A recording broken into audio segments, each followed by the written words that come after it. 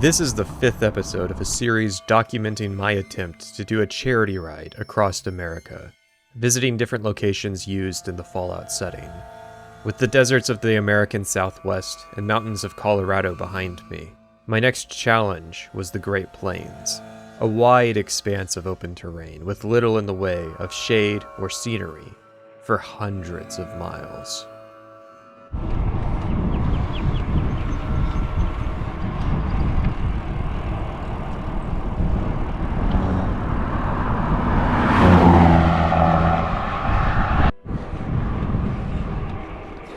I'm racing a cloud up there, and it feels nice, but I can't get to the edge of it, and it's not catching up with me, and that's fine by me.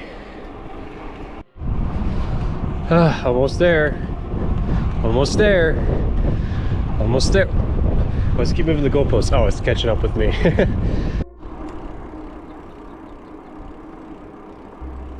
I have several questions. Are you kidding me? Do you know how many videos about the Trans Am I've seen that failed to mention that there is a place in Kansas called White Woman Creek? How do you not pull over and like just pull the camera out and be like, look, it's White Woman Creek. It's fucking White Woman Creek. Like, pull out the camera. Okay, hear me out. They got laundry. I'm such a slut. Found a 1/2 on the street. I usually pick up wrenches if I see them out in public, because that's a sign you might need one. I don't even know, like, what did the fuck could 1/2 inch fit? Like, I can't get my pedal off with it. That's like the main thing that you use a wrench for on a bike. That's an eastbound wind, baby. Hell yeah. Makes it a tailwind. I don't think I said yesterday, we did 82 miles. We keep having big days like that. We get out of the Great Plains, which is kind of a shame. I was worried this might happen. This guy's, I think he's mowing the side of the road, which good for them, but I gotta get around this without getting killed because he pulled off on the road once already.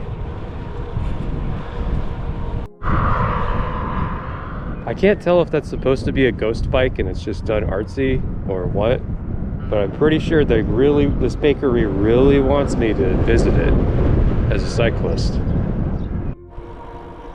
We just dipped below 3,000 feet in elevation. It's crazy that like we're consistently going downhill, but I still can't see very far. Because it's a very slight grade. But every now and then I look and I'm just like another 100 feet down. I think I was too slow. You could still kind of hear it, but I think they're doing a drill for their tornado siren.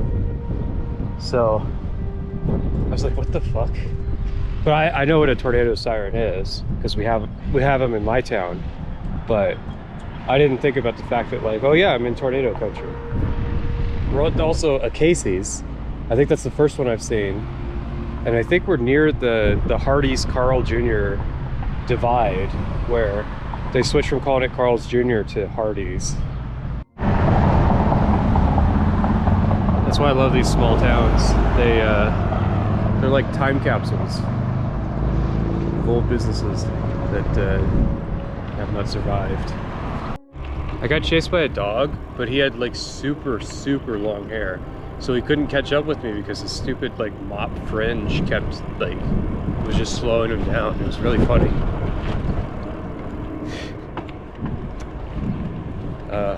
Dogs, listen, I like dogs, but they make it hard for me to hold that stance. This is the 2nd county line we're crossing today, so we've been in 3 counties.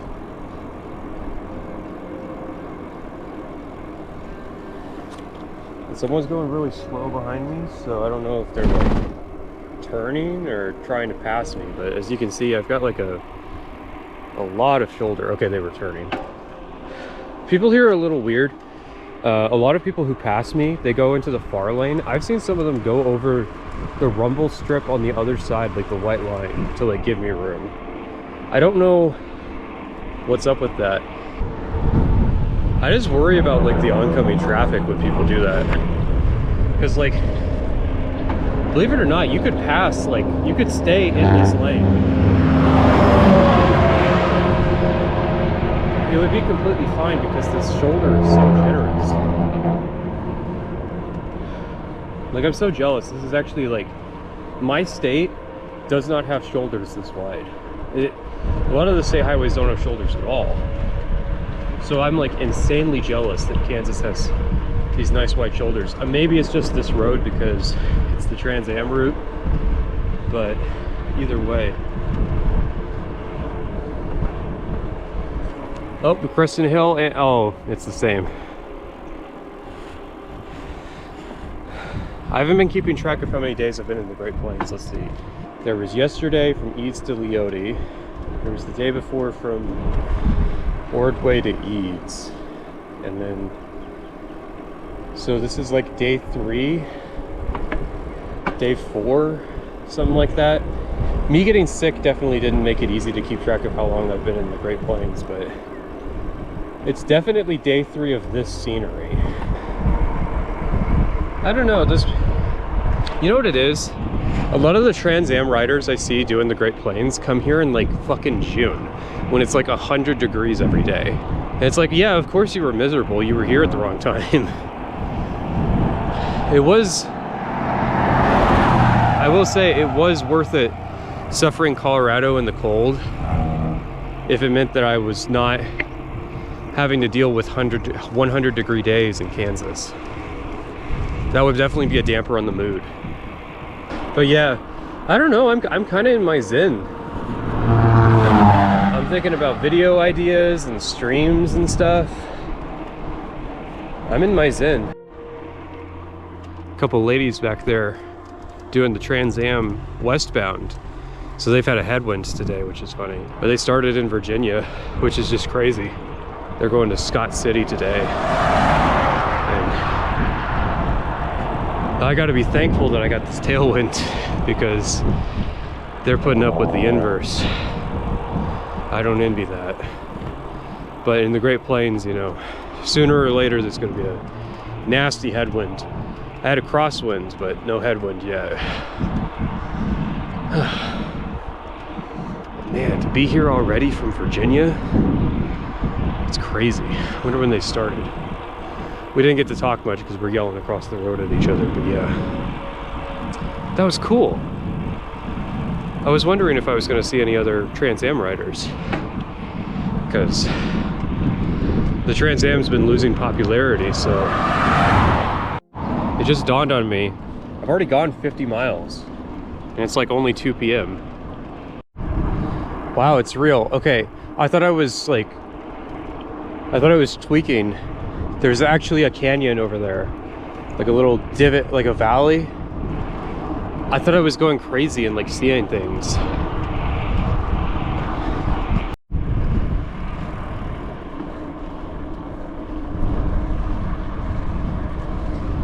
Another county line. The roads get smooth every time it gets back to a county line. It's kind of funny.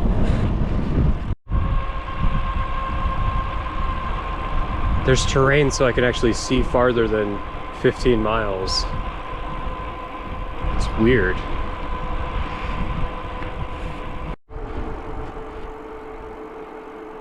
This seems like kind of a big town.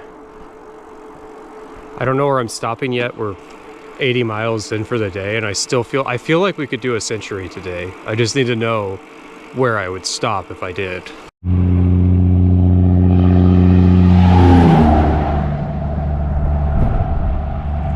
What was the first letter of this sign?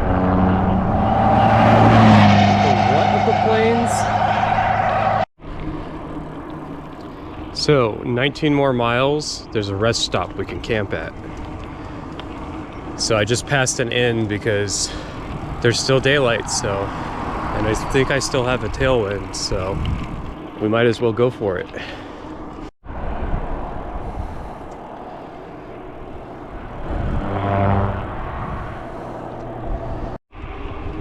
All these telephone poles are like knocked over a little bit. They're tilting like 15 degrees.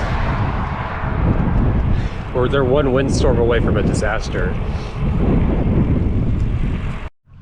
So we're here at the rest area. 101 miles to a town called Alexander. Tiny little place. I did have a headwind, or a tailwind. So I felt I really had to take advantage of it and just go, because it would be disgraceful to have a tailwind all day and not try to make the miles. I'm a little curious about this place. Maps?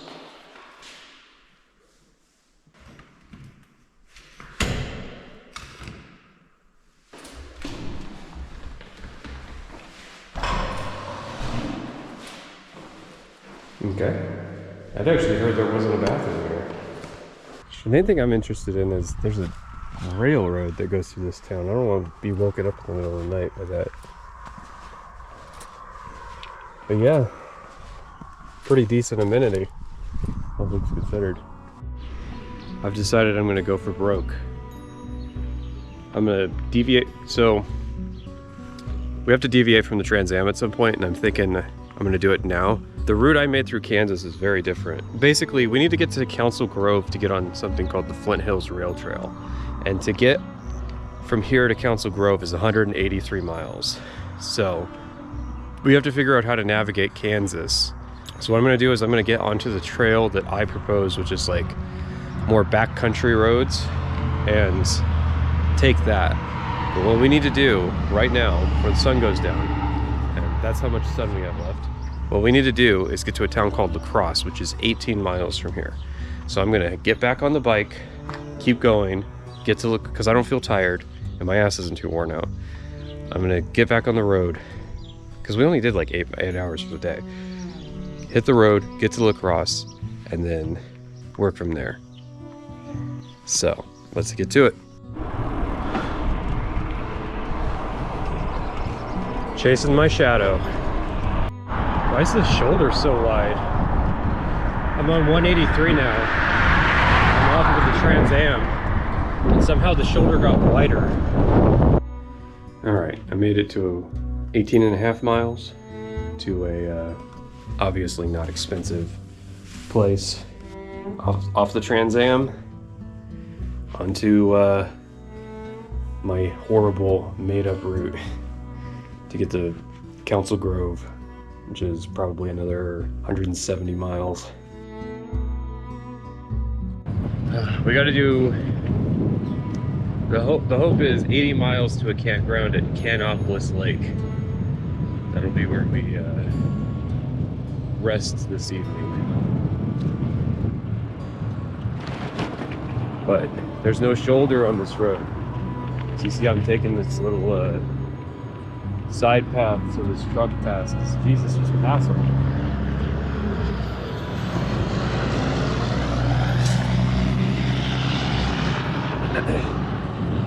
I can already tell there's going to be an annoying amount of traffic, so c'est la vie. It is what it is. I kind of just decided to stay on the highway, and it's worked out so far. The traffic's not too bad. I say as the truck passes, but really it hasn't been too bad. Obviously there's no shoulder, which is annoying, but that gets better in like 10 miles. But geographically, Kansas has gone from a flatland into the kind of rolling hills. I'm not sure like if this is going to continue until Missouri, because that's quite a ways. I thought we would have actual flatland a lot longer, but the hills are very approachable. I've been climbing all of them, you know, not hiking, and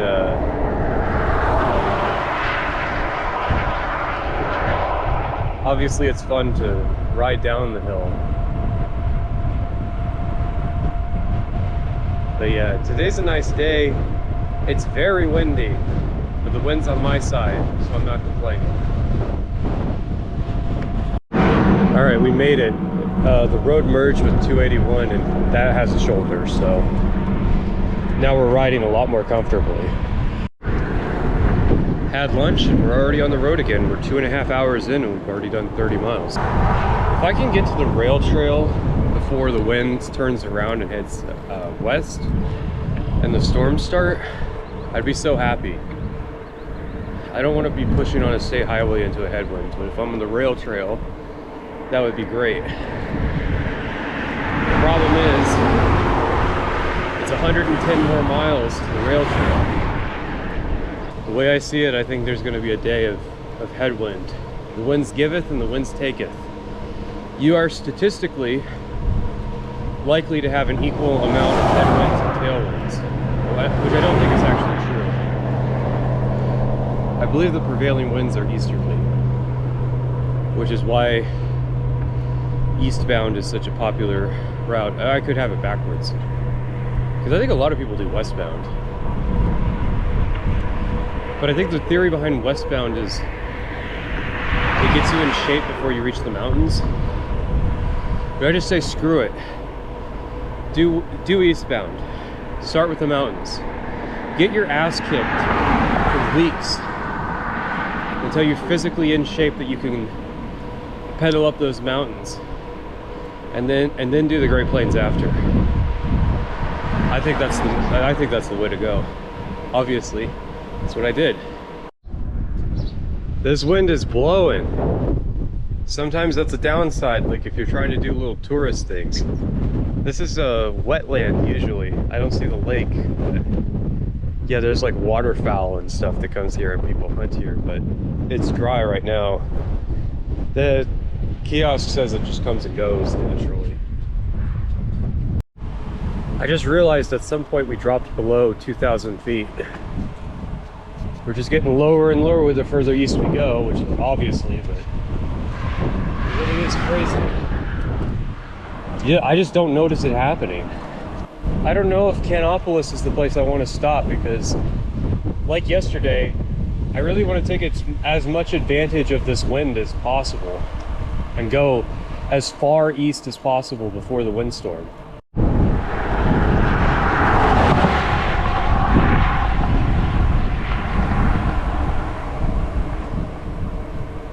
Even out here, UPS trucks are still going strong.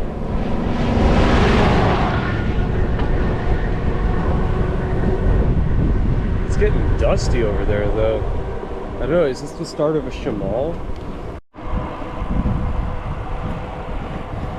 This is getting interesting. I mean, interesting is relative, it's different. It's interesting to me. If you're driving through, you're just like, yeah, whatever. But there was an intersection with the northbound highway, and there was a detour sign, and it said that, like, for some reason it specifically called out that Canopolis Lake is this way, which I had no reason to doubt up until now. That said, as long as the wind's on my side, I don't know. I'm starting to feel like Canopolis Lake might be calling it quits a little too early. This might be another like huge mileage day, you know, which I'm all for. As long as I'm not falling apart, I will keep riding. This road turned north, and what was a beautiful tailwind powering me across the Great Plains has turned into a hellacious crosswind, like knocking me the fuck over. Walking up this hill, it's not even that bad. I can pedal up it, but it sucks. Oh fuck! You can see me. I'm like getting blown around. Whew. It's interesting here more than any other state. KDOT has these turnoffs that have like big gravel piles for road construction and like test painting and stuff. I've never seen so many until I got to this state. They have them everywhere. It's very interesting. Oh, we're cresting a hill too. Good. We got out of that crosswind, thankfully, but the shoulder's gone. For some reason, after that turn north, the shoulder just disappeared and it has not come back. It's like this limestone mess. I got my wish answered.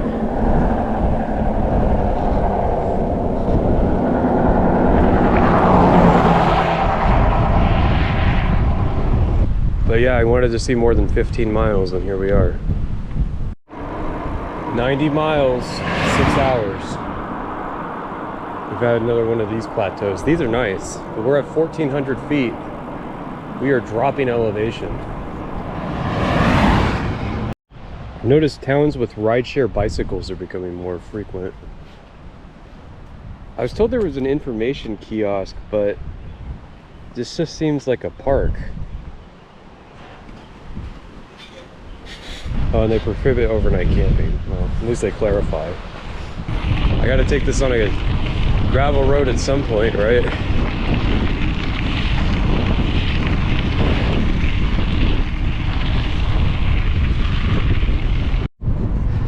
"11 miles to Salina, 11 miles of crosswind."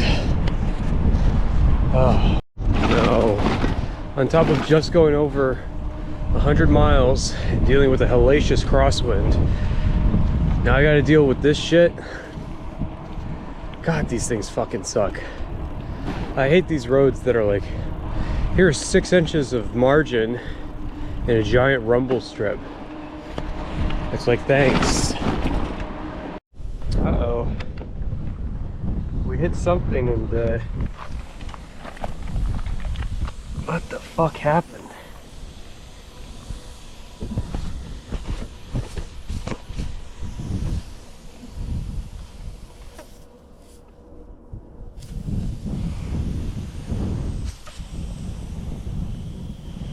You gotta be kidding me. So the sealant sealed it for a bit, but as soon as it was under pressure, it just popped again. So yeah, this is the gash right here. It's pretty decent size. We're gonna have to put a tire plug in it and then try to air it up. And probably put some sealant in there just to help it all seal. So we got pressure. You can see I got this little thing poking out here. So the way this works is these are these rubberized strips. You poke it in here, you just shove it in there. Some people don't like that because it's like you're making the hole bigger, and it's like, yeah, because you're shoving in a standardized stick of fucking rubber in there. Like, what do you expect? Then I put sealant in there because you can see there's a sealant stained. It seems to hold. Now you're supposed to cut this off. Now I just got to get packed up and rolling back on the road again. Hopefully it holds. Hopefully it holds. So we did 110 miles with surprisingly 2,100 feet of climbing. The plug held, so that got us back to town. So we're good there. But the most exciting thing is I went to a hardware store. Apologies for the lighting. I went to a hardware store and found me a Precision screwdriver set, which means I can fix the laptop. Our pace is about to slow down a lot, boys. There were weird bugs in the sheets. I've thoroughly checked this one. I usually just sleep with a sheet. I'm recording so I remember. That fellow there just gave me $500 for St. Jude's. So I gotta remember to put that in. I've had a lot of things happen on this trip. I've never had someone give me money and like expecting nothing for it. They didn't even ask for my YouTube channel. They just asked for what they searched for to find the video. I don't know a lot of people that could just part with $500 for St. Jude's just on the spot. I've got no reason. I don't think there's any reason to trust me, but clearly he disagreed. Good on him. So I got the laptop battery out last night, which means I can mail that home. I just have to find a post office that I can mail a package like that from on the way. But there's post offices all over the place, so the only issue is a lot of them are just like basically kiosks for PO boxes for the local farmers. So it might be a bit before we find one that I might make it home before I fucking get this thing. And that's not like a joke, like, oh haha, it's gonna take so long. I might legitimately make it to where I live before I actually send this 50 miles to Harrington. It storms tomorrow, which means I need to, I was talking with somebody about taking a day off. If I take, now that I got the laptop, days off, I can work again, then I can hang out with my friends. I haven't done that in a while. I was thinking about it, like, I haven't had a day off in a while. Technically, my last day off was La Junta, which was like 5 days ago, or if not more. And that wasn't really a day off, I was sick, so I slept all day. This is the nightmare area. It's bridge reconstruction. They're widening the bridge. And so they have to have it signaled where those guys wait until we get out. But yeah, I got lucky, the light turned green, but I saw people sitting in that red light for like 5 minutes yesterday. So, where are the cows going? Looking back, this is the vista. Lindborg is somewhere in that direction. Yesterday the hills started to become big enough that the Garmin can pick them up. It's been a while since I've seen the climbing screen on the Garmin. And that was a godsend. I love small town post offices. This one was open for 30 minutes 4 hours ago. Chat, it's noon. Oh god. This is starting to get unpleasant. Beyond the sometimes headwind, sometimes crosswind, we have to go through these rolling hills. These tiny little hills as far as the eye can see.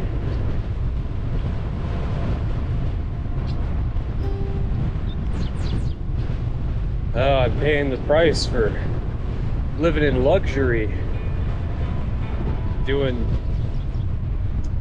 230 miles in 2 days. That comes at a cost. That cost apparently is a headwind and endless rolling hills. Please expand the rail trail. I know you're working on it, but please do it faster. Like preferably today. Big grind, but we made it to a town called Hope. There's a restaurant here. I'm gonna scout it out because I'm hungry and getting my ass kicked. We're not far from Harrington, but yeah, progress has been a lot slower today than most of the days in Kansas since the wind turned into an obstacle. That cafe wasn't open. So we're about 10-ish miles from Harrington. I dozed off on top of a picnic table. Now we're hitting the road.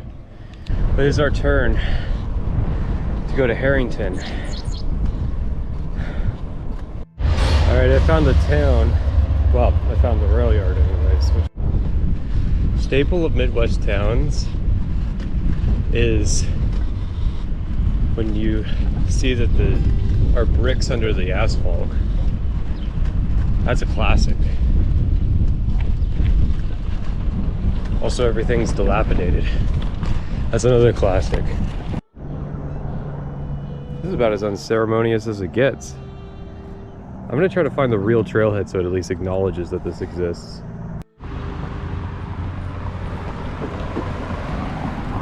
Well, there's nothing here either. It's hard to call it a trailhead if there's no trailhead. This is the Flint Hills Trail where it starts.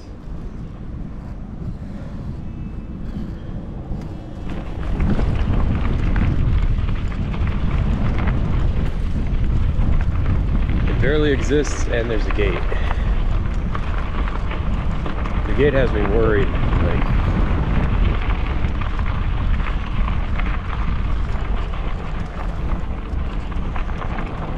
Okay, it just says no motor vehicles.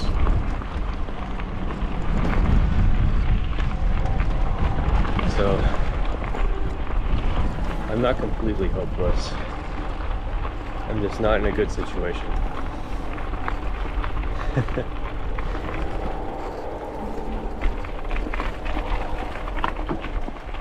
Yeah, this is quite overgrown. Definitely a different experience than getting cars or anything.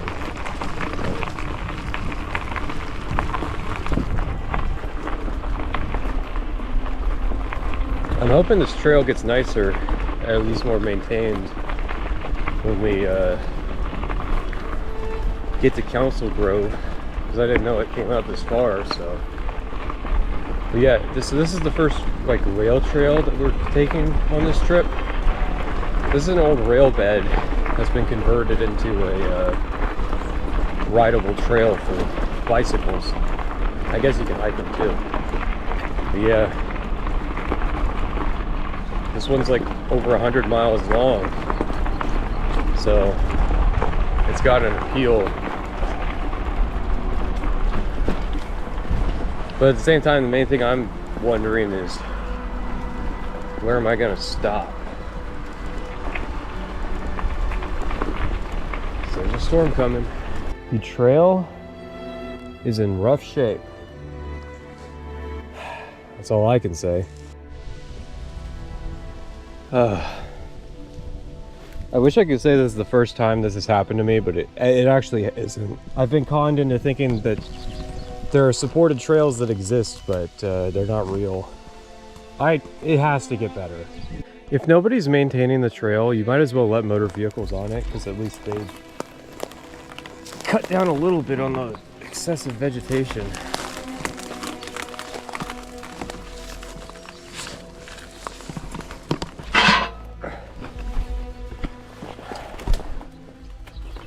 I'm not even gonna close it.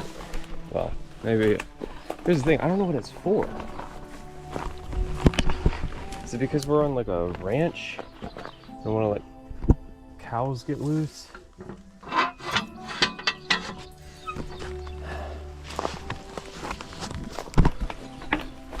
I'm getting tore up, probably covered in ticks by the end of the day. So there were cows and it's like caked in manure, so I'm getting the hint that this place is not maintained, like at all. Fuck's sake with the gates. Alright, it's smoothed out a bit. It's still overgrown, but it's not as bad as it was. I swear that section hadn't been mowed in like 2, maybe 3 years. I think that was a dead cat. Oh my god. Then there's gates everywhere, which is very cool. Be good to have some information too, but alas. People are obviously driving a motor vehicles on this section, and guess what? It's nicer. How weird is that? Bro, has that ever been mowed? Has anybody been here in the past half decade? What? The only reason I know that's the way to go is because it's a straight line. That was the rail trail. Zoom. So yeah, I'm hopping off the trail. I'll try it again in Council Grove, but if it's as bad in Council Grove, that's a big oof. I could be over in that bank of grass on the rail trail, or I could be on the shoulder of a state highway, a US highway. So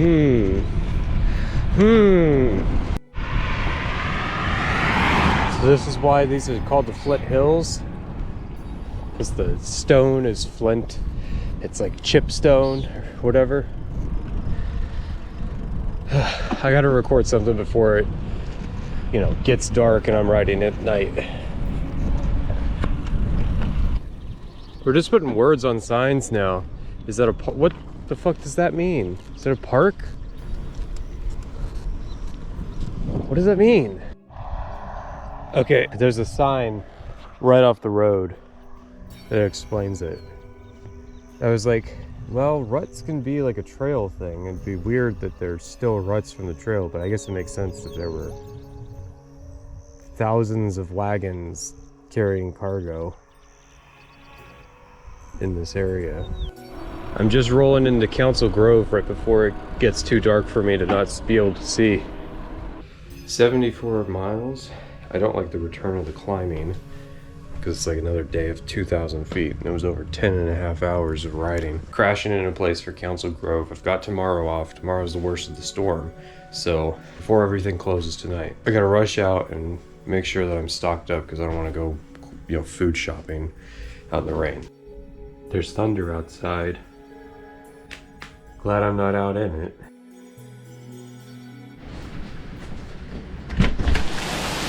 Oh yeah, hell yeah. This is that Midwest weather I'm used to.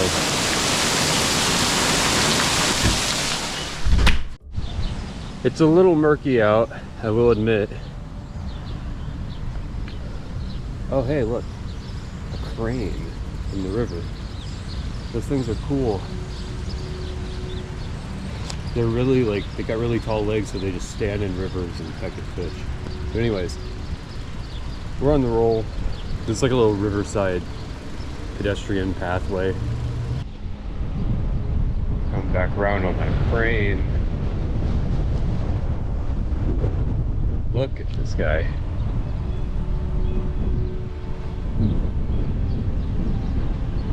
What a unit. I admire his stalwart nature to stand still in the stream. Well, there's a grocery store right there. So I guess I'm going over to the grocery store. I wish more places had rail trails. They could be really good additions to a community. People can do like day trips riding to the next town over on their bike. That'd be a really cool date, you know?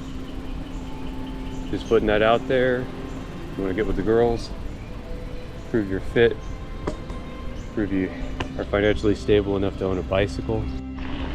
Okay, so I passed signs that acknowledge that this is a state park, which fills me with confidence that this is not going to be me trying to carve a path through ferns and shit to get this done. This is an honest to God rail trail.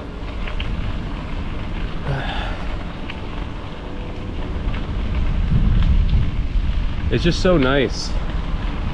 It's like, if this is how it's gonna be, then I won't mind if I get less mileage because I'll have fun doing it. Like, those 100-mile days come at the cost of, yeah, I was riding with traffic and it was annoying and scary. I don't know. Let's be fair to the 100-mile days. Those were beautiful, amazing. 100% would do it again. Same circumstances, everything. But the nice thing about rail trails is that they're graded. So even though we're now in like the eastern rolling foothills of Kansas, the part of the state where it's not as flat, we still have like a decently flat trail to ride on, which is appreciated. Oh, hello, son. I didn't know you'd be coming out today. Helmets off because we're not on the road. Oh, but you could still get hurt. You could still have a violent brain injury riding on the trail. It's like, nah. We are coming up on a road. I think it's just a like country gravel road though. I will be very careful at these kinds of intersections, I say, as I ride into it one hand. Yeah, I'm taking it easy. Let's just say, trying to enjoy myself. I mean, like, look at the tree canopy. This is crazy. And oh, there's another bridge. I didn't record the last bridge because I can't record everything, but like, these bridges are cool. This is part of the appeal of the rail trails, is that they inherit the old bridge infrastructure from when there was a rail line. So you get these bridges over these little like creeks and swamps and stuff. This one's like a decent sized little creek, maybe a river. So sometimes the trail's up on a berm, and then other times the trail's in a ditch. Like, we're surrounded by 15-foot tall berms on each side of the rail trail right now. And you can see the kind of flint rock layer the area is known for. The titular Flint Hills. And God, it's so humid. I don't miss this. I don't miss the extremely humid summers. I feel like I'm cycling underwater. It's humid. If you sweat, you will literally never be dry again. Pretty unique animals that you would never see in on the side of the road. Dung beetles. And the wildlife discovery tour continues. I saw a tortoise earlier, but holy hell, this is a big guy. That's a some type of snapping turtle, I think. I mean, that guy would fuck me up if I got near him. I bought an apple in Council Grove. The only annoying thing is I don't have a knife to eat it. I greatly prefer eating apples with a knife. I haven't really seen like fruit on the road that like looked appealing to eat. Now that I'm in like an agricultural area, the fruit looks a lot more edible. That tractor and this pile of gravel, I guess, is how they maintain the trail, because it's got the stomper thing on it for packing it down. And God bless them. I'm going so fast, you know. It's about 1 p.m. Now, allegedly, 3 p.m. is when it's gonna start to really downpour today. So I'd like to be somewhere, not necessarily for the night, but like just like under a pavilion or something when that happens. I'd rather not ride through a torrential downpour. Stopped for a bit for a break, but these are cool. They are these stands for mounting your bike and fixing it, and there's an air pump, and then they have cabled in all these tools. We've got wrenches, we've got tire levers, we've got hex levers, then you know, we've got other amenities. We've got water fountain actually working, and a toilet. I don't want to know what it's like in there though. We're cresting some kind of hill. I'm seeing things off in the distance. And, oh shit, there's the curve. Didn't know there was a kind of soft curve there. Yeah, so my life is me getting myself into these kinds of situations.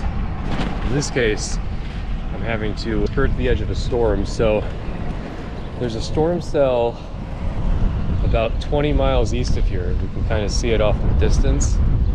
So that's going north. And in theory, we can get to the town we're trying to go to. I think it's like Ottawa or something. We can get there without getting rained on, but we gotta time it right. This week you'll be able to hear music from Blacktop Thunder and even enjoy food from Pop and Squeeze and DJ's Pineapple Dream. We have Kenny Chesney on the way next. Get the last rib you'll ever need. I don't know why they're playing radio so loud there in this downtown. I'm kind of glad I came to the downtown though. It's kind of confusing. I'm almost curious. This just looks like a normal Dollar General, but they called it a market, and I'm kind of curious what that means. This town keeps surprising me. They've paved the trail in this town. It's not the whole trail, it's like a thin little concrete strip, but this is surprising. I gotta stop finding things to comment on because I gotta charge the battery on this, on the GoPro. Now this is conflicting. I'm on the fence. It's a little stormy for me to be exploring this, but at the same time, oh wait, I've learned my lesson. Ignore road closed signs. So I guess we're gonna see what happens. I'm gonna see why this road is closed. This is a big pile of brush. They've done a bit of construction on the road.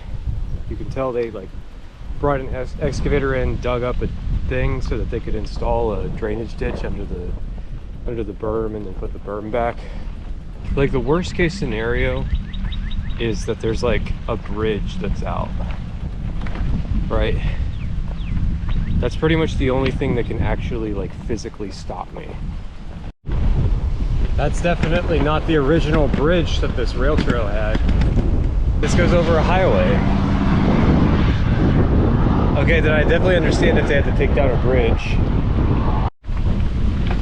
Yeah, we're still riding through a construction area. I passed a couple workers who I'm surprised are out and about doing things, but you know, I asked in passing if there was like a bridge out or something. They said no. So, and I think it's ending.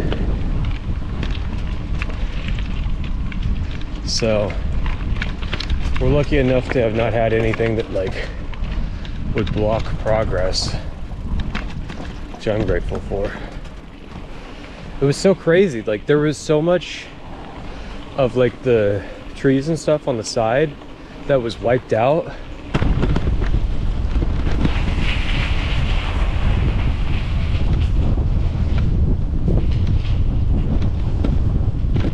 Tunnel.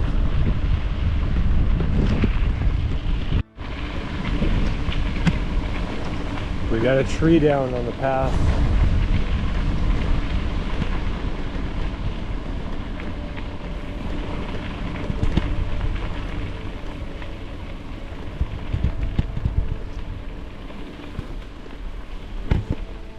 This is a pretty tough one. Well, that's new. This is interesting as well. The trail seems to be getting older as we go. The features are getting nicer. Like this bridge. It's a really good bridge. Oh man, it's got seats in the middle. This is a really nice bridge. But yeah, I swear I've been entering this town for like 5 miles. Because the road, like, there was a stretch of it that was like asphalt. I mean, I think this is asphalt too. Like, we've gone from gravel rail trail to like just actual real trail. It's really nice. It's a fun experience. But I kind of want to be in this town already because we're 71 miles in for the day. Most of the way through Kansas. There's only like 35 miles of Kansas left. It's interesting, a lot of these towns that are on the rail trail have kind of incorporated the trail aspect into being like rudimentary infrastructure. Like Osage City. There was a ton of like, I was unfortunately charging the GoPro, so I didn't get video of it. There was turnoffs all over the trail that went to like different like little suburbs. So everybody in the town could take this trail and it went straight to the grocery store. I mean, like, that's pretty good. I just realized this town has bike lanes in the middle. They want cyclists riding in the middle. This is the only city I have been in this entire country that has ever designed a bike lane like that. I thought it was just for the one intersection to get people to the trail. But no, they're fucking crazy. I wonder how many people actually like do it. So, 75 miles for the day, got lucky, did not have to bust out the poncho. But yeah, big day, almost out of Kansas. One interesting thing is these trails have these massive steel gates because this trail is crossing the levee. Oh yeah, that's a pretty big river. If this river floods, what river is this? Well, it floods anyways. Holy shit, it's on the roads too. Yeah, they've got some serious like infrastructure to protect the town here. These levees are massive. And they have big gates. That's fascinating.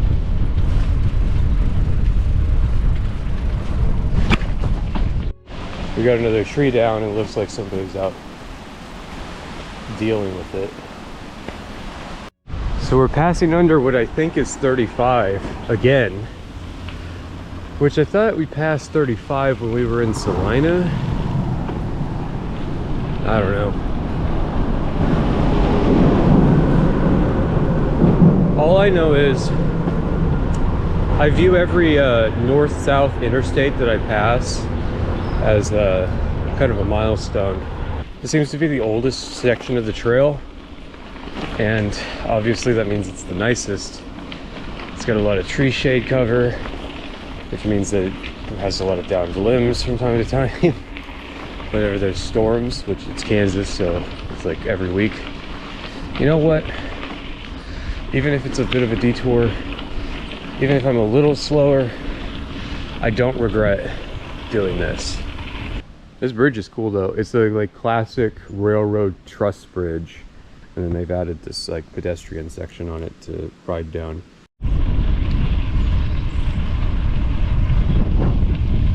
Nice field of grass, smooth trail that rides through it. Beautiful day. Ominous cloud formations in the distance. I think I have it going on right now. I will say, this bike has no mud guards, so whenever it gets wet, I get filthy. Though sometimes, this is spooky. Sometimes I run over a branch and it'll pop up at me, and it feels like I'm like being bitten by a snake. Like a snake is recoiling up and biting me, but then it's just a branch. But like, I don't immediately know. Oh, look at this. River distributing to another river. Carved out earth, landscape, squirrel. Very bushy tail squirrel. I will say I kind of missed trees with leaves. I've seen a lot of fir trees on this trip, and I've been a lot of places that had no trees. So it's just nice to be back in a part of the world that has forests. Speaking of wildlife, look at this cute little guy. This is the third snake I've seen on this trail.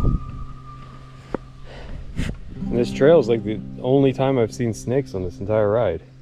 And he's looking at me, wondering, what the fuck? Man? They're gonna get me going, and I'm gonna record another 10-minute clip of me talking.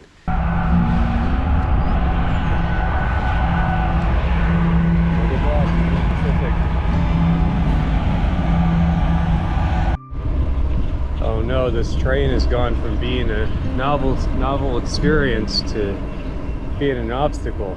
Shit. Why is it stopped?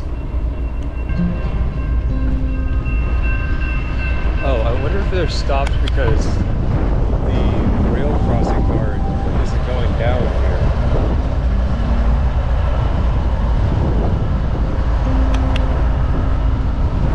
I don't know, something's up, but either way.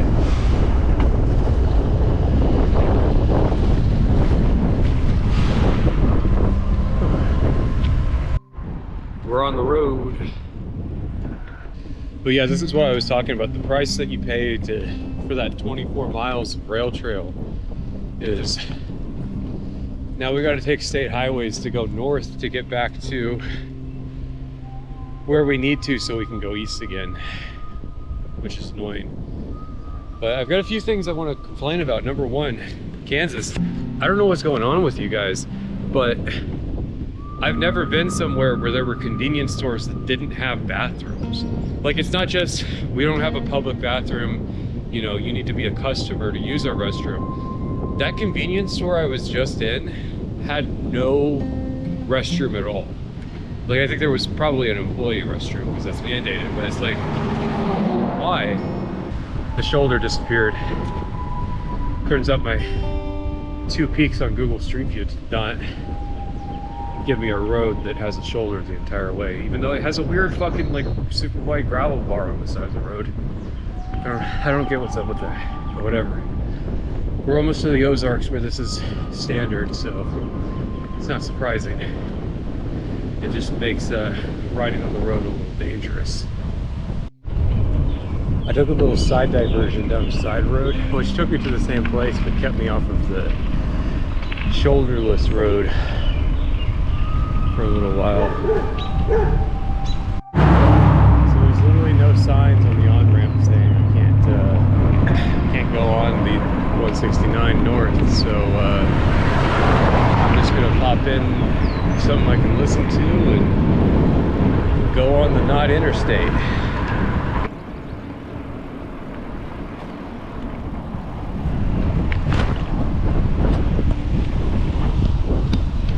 Off the not interstate onto Kansas 68, which is going to go all the way to the border of Missouri.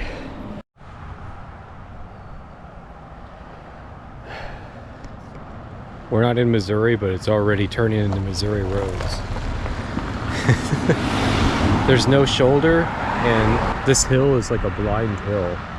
So like if I go over it at the wrong time, the people behind me might not know that I'm there, and then I get hit by a car. And like there's no option. So hooray. I hope I survive this.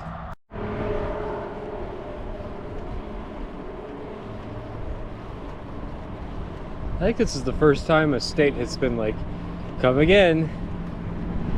I've never seen leaving state signs before. Yeah. That's Kansas down.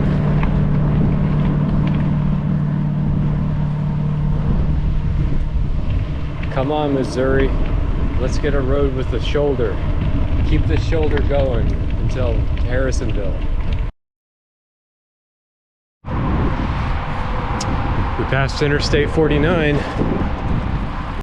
All right, 68.5 miles. 2 more days. Not much else to say.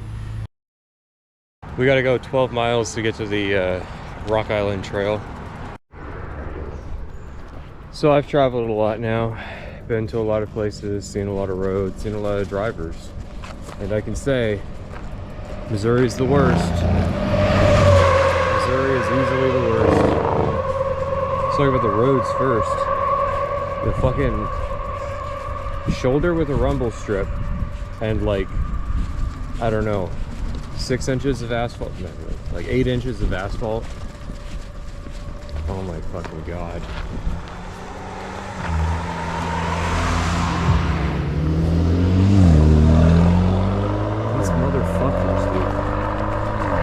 Literally, Missouri drivers are the worst. They're the worst fucking people. Okay? Do you know why they're the worst? Because they try to be nice. Okay? So in like Kansas, everybody's nice and respectful. Here in Missouri, the way they try to be nice is they wait for you. You might be thinking, why is it so bad that they're nice? Because dipshit waits, like yields in oncoming traffic so a car behind me can pass, and then neither one of them wants to pass because they're trying to like wave through the other person. I was starting to have doubt that I would ever get there, or that maybe I like missed the turnoff. It's right around that corner. So I need to get from up here to down there. Wish this bridge had a fucking shoulder at least. Apparently this is part of the Rock Island Trail experience. It's just this road. Share the road, cyclists. I seem to be the only person that remembers that this isn't the Katy Trail. I'm pretty sure this is the Rock Island Trail. But we're on a trail now. We're going the wrong way. I'm hoping that it turns and then there's a T intersection.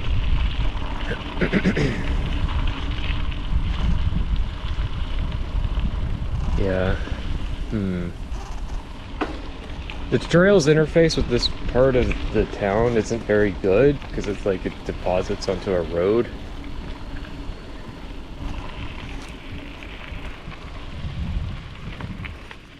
What the hell? Right, now I gotta check the fucking map. Nope. That's so weird. It's so weird. It goes the wrong way, but it will eventually get back to going the right way. That's so weird. Whatever.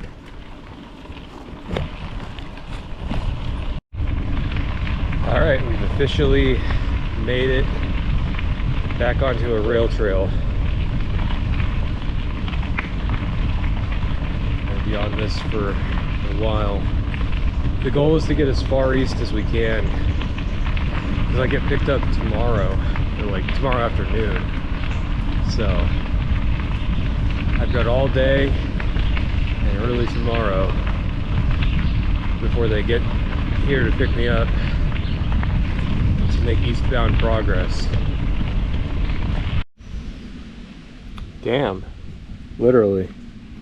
I don't know if the GoPro can pick it up, but there's these little white dots that are flying overhead.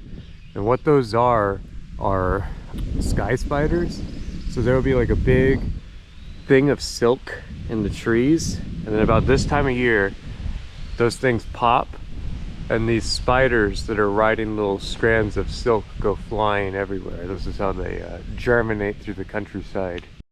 Snake.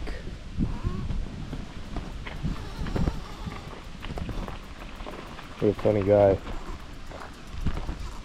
Not much to report. I feel kind of sluggish today.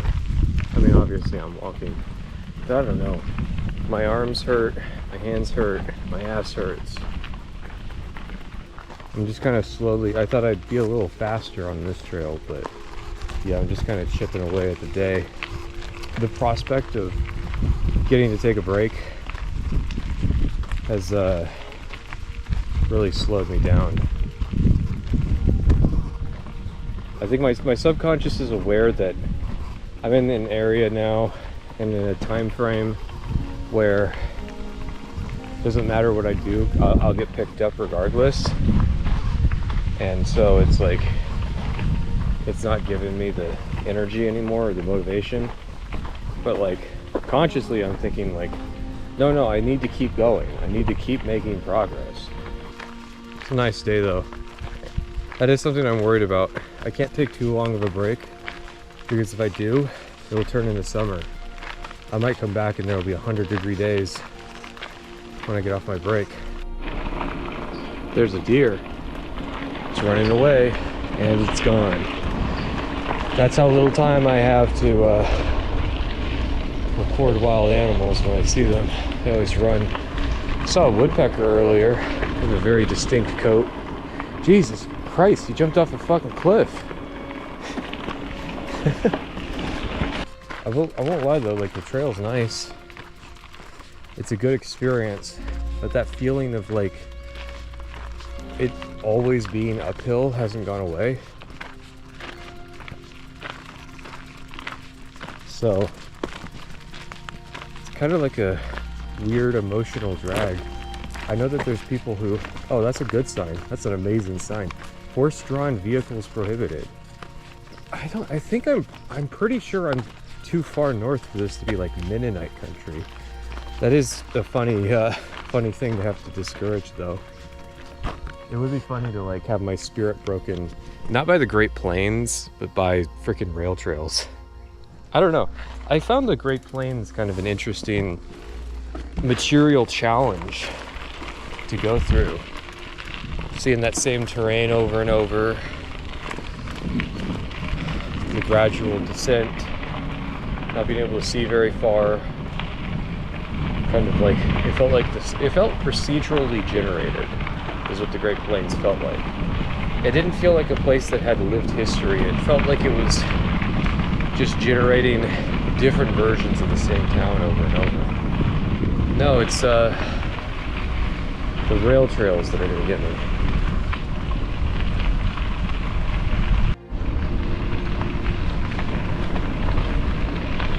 We're gradually turning. I'm not sure, I don't remember how the intersection works. If it's like an actual intersection or if there's some other weirdness to it. There's a structure here of some kind.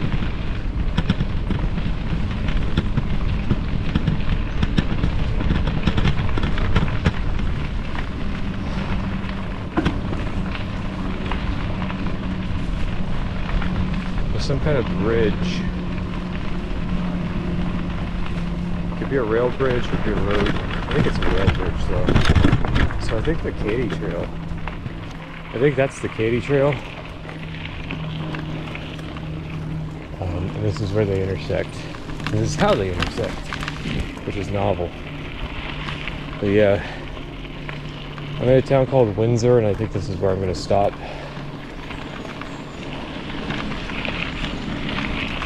And then tomorrow we're going to head north. It's more north than east. I don't know. Okay, I did not see this coming. This is the type of thing Google Maps usually does not tell you about. This is a Katy Trail oriented, have to try to not let skeeters in here. Sounds like a slur. But this is a Katy Trail oriented cabin. It's a campground too, but they've got cabins, and I mean, like, these are really good deals. It was $60 for this, and the guy's really nice. Comes with a drink, believe it or not. Although I got the small soda pop, but there's like beers in there and stuff. If I drank alcohol, I would be hooked up. But wow, 2 bunk beds. You could fit 4 people in here, which means that each person would be paying $15 for this. It's not bad. Definitely going to be a unique experience by far, but I like it. There we go. Get that running. I'm gonna go chase down food and make a call, but yeah. Hitting the road. This is the last day. I only got to ride for a couple hours before I meet my ride. But yeah, this place here in Windsor, Katy Rock Junction, really good. Guess he left his Garmin running all night again. At least it wasn't dead, so I was able to save the trip. But yeah, I've made that mistake a few times. It's kind of fascinating. This was obviously a rail bridge over these intersection of 2 railways. You don't really think about that. Like, people often think about where trains intersect with cars, not where trains intersect with trains. This is just how I solve all my problems. I just bitch until it's over. But it's like, you know, who cares? It might be a little annoying, but like, I didn't quit, so I guess, you know, charitable interpretation. I did quit certain things. I didn't do the Arizona leg of the trip. Man, that feels like forever ago. That saved like 300 miles, and I'm thinking in retrospect, like, you know, oh, that was 6 days. You saved a week. Was that really worth it? But I don't know. It kind of was. I kind of didn't want to go to Grand Canyon West, and I kind of just, I don't know. In retrospect, I do wish I had spent more time in the desert, because the desert's warm. If I'd spent 1 more week touring Arizona, then I would have arrived in Colorado a week later. Who knows? Maybe then I would have done the Telluride route. That's one of the interesting aspects of doing this, is the legacy. Every bench is like memorialized to somebody. Every now and then you'll see trail markers where like there's a mile dedicated to somebody. I think they have to donate to get that, but obviously the money goes towards helping maintain the trail, so I don't know if that's a terrible thing, but yeah. There's a lot of legacy. I think that causes a bit of insecurity, because again, I'm thinking of that guy with the penny farthing who crossed America in 100 days, and I'm thinking, I can't go slower than him. I've got it nicer. He didn't have the Katy Trail. He didn't have asphalt roads with wide shoulders. Like 100 days with 20 break days due to weather. how the hell did he get that done in those circumstances? It's hard to picture him based on the description of what he had going through a mountain pass. But he would have had to have, because he went from San Francisco to Boston. We're in a pasture restoration area, which I'm grateful for because it means that the sun's able to heat me up.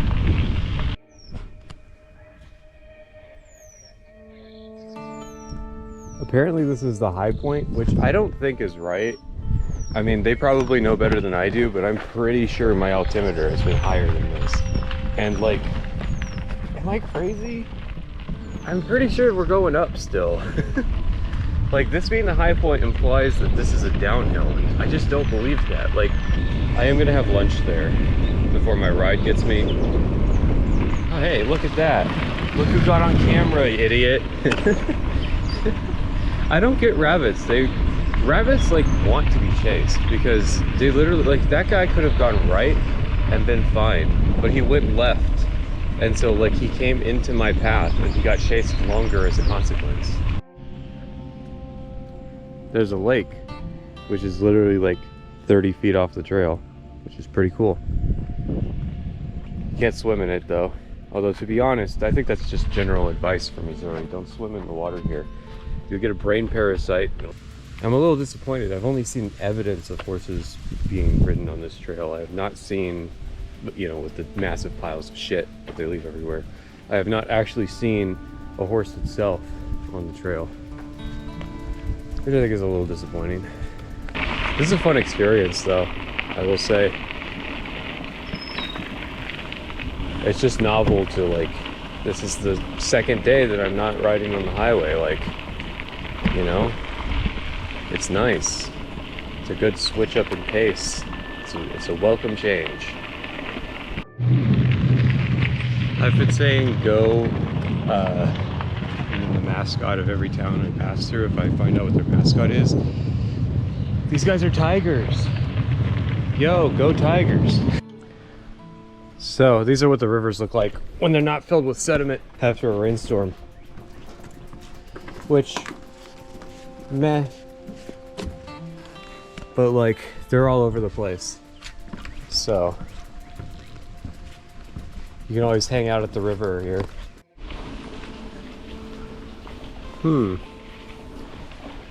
That's pretty cool. So to deal with the elevation changes, which are pretty rapid here, we're just on top of a giant berm. And then they carve out some of the mountain to kind of meet in the middle. Because they got to keep this climb really smooth. And it's like, they would never do this for a dedicated trail. So, but it's cool. So, bad news. Whatever's been hitchhiking with me and living in my bottle and infecting my water, it's really bad. Thankfully, when I get home tonight, I get to clean these bottles and fucking fill them with bleach and get the shit out of there. But until then, I have poop water and it smells really bad. Like there's bacteria living in it. So I get to drink the poop water. Or not. Guess what? I'm dumping out the other fucking water I have too, because it probably smells just as bad. And then I'll be 6 pounds lighter. Look at all that water. 1.2 liters. Let's give it a smell. Oh my fucking God.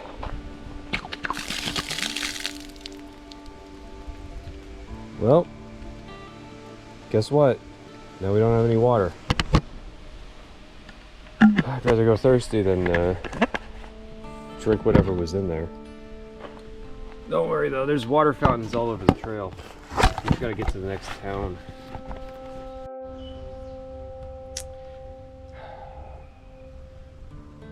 You know how I said the next place would have a water fountain? Yeah, about that. Clifton, Windsor, Green Ridge, Sedalia, But that's the Missouri River? What? What is this map? Pilot Grove. Is it upside down? Wait a second. Why is Jeff City on the north side of the... Why is Columbia on the... Why? Why? In what fuck... So we're definitely going downhill now. I'm telling you. It's really trippy. Cows.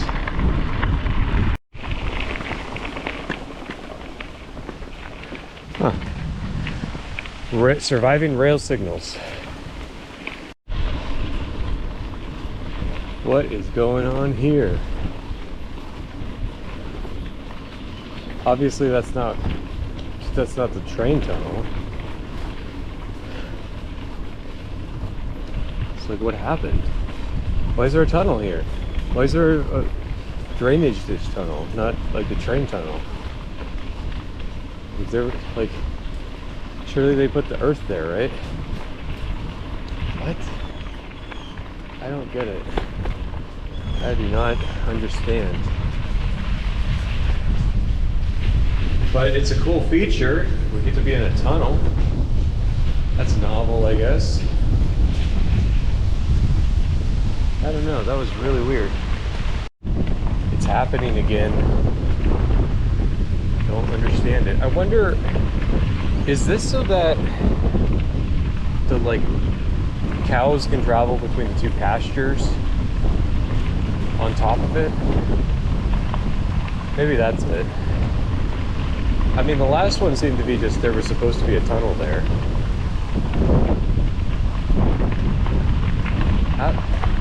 Now I'm thinking about like the logistics of like, how do you even ask for that to be built?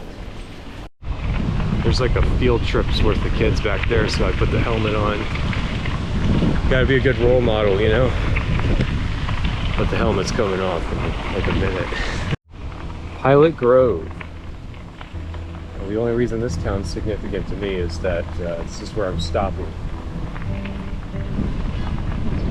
I'll be back. Don't worry, but yeah, this is it. Side quest complete. There was a couple guys from Chicago that were doing the Katy Trail, like just as a fun ride. They had a major mechanical. One of their rear tires was out, so I was trying to help them with that. I gave them a spare tube. It didn't work. Spare tube didn't hold air, so we couldn't figure out what happened, if what punctured it was still in the rim or still in the tire, or if they put a hole in it when they use the tire lever. But either way, they got a plan worked out.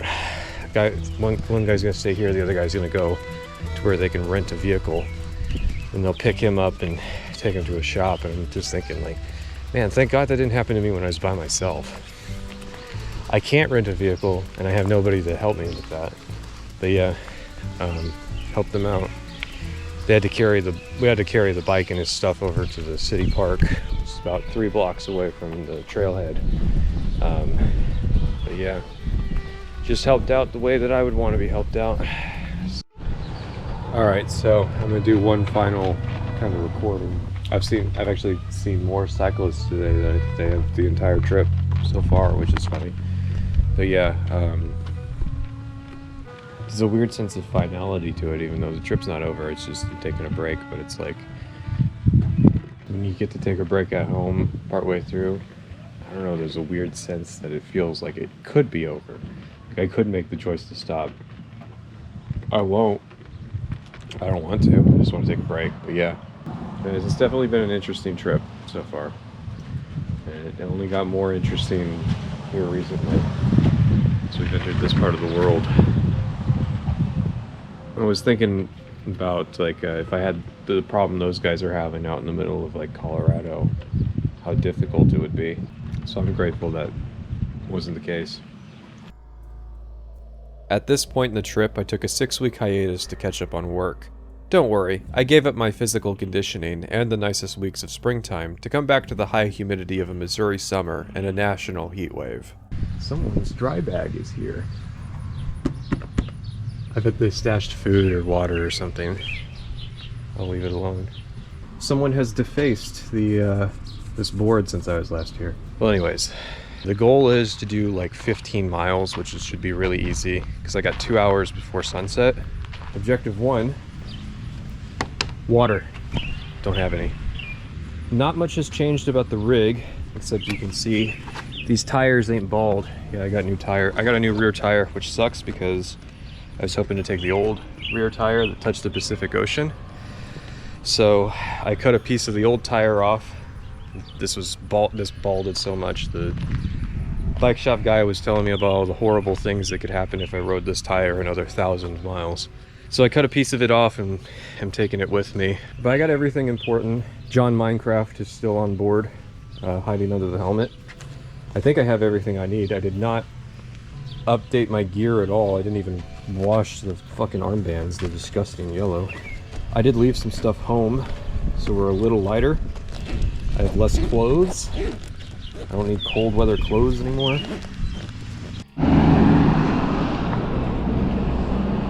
I gotta admit though, it feels good.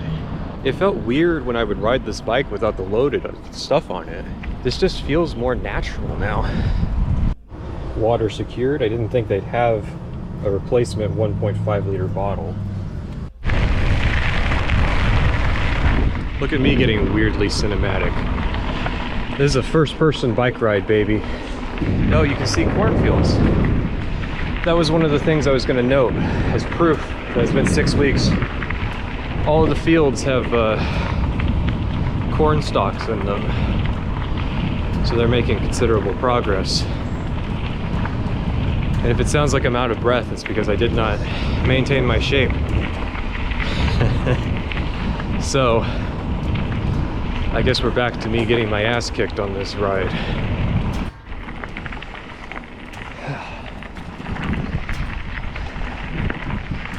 I think somebody's into the fact that they live on the Katy Trail.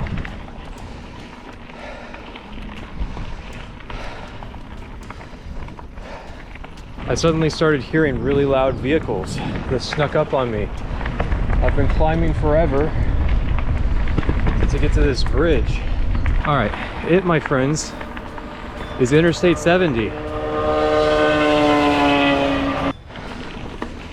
I straight up forgot about these. Although I see a guardrail on top of this one, and there's a car up there, so this one's definitely under a road.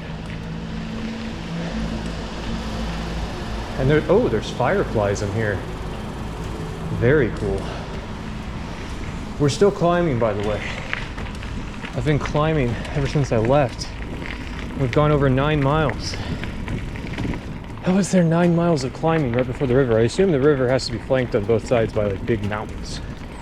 By the way, I've been hearing the occasional pop and bang off in the distance. It's the 3rd of July, which means that tomorrow I'm probably going to need to be in a hotel, because if I try to camp anywhere, probably not going to be able to sleep until like 2 in the morning. I am racing the sun here. All right. This is some next level touristry stuff. I like the brick path. I don't know, I need to ride on it before I determine. Sometimes brick really sucks. Oh no, it's not terrible. Boonville, which is on the southern side of the Missouri River. So this trail is a little narrow, and it's right next to a casino hotel. And it's crazy because, wait.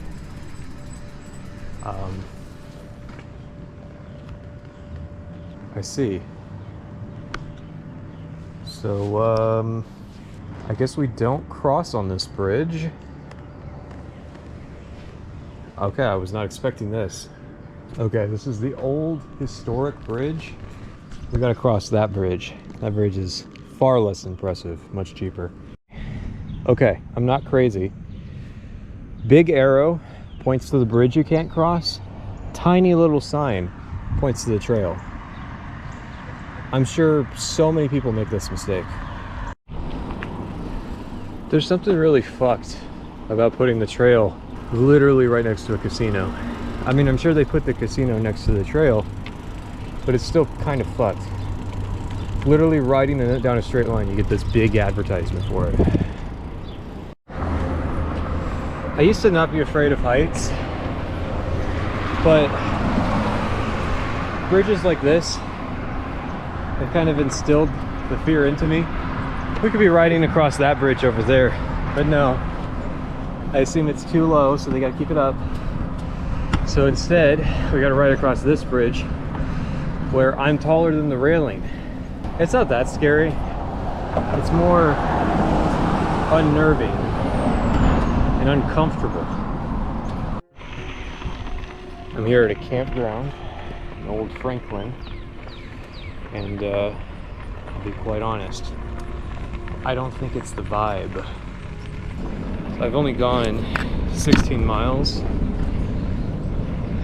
I've got some more miles in me, and it's not the worst thing to ride after dark, because that's when the temperature's best here. So on we go. Look at him frolic. I don't know if you can see him.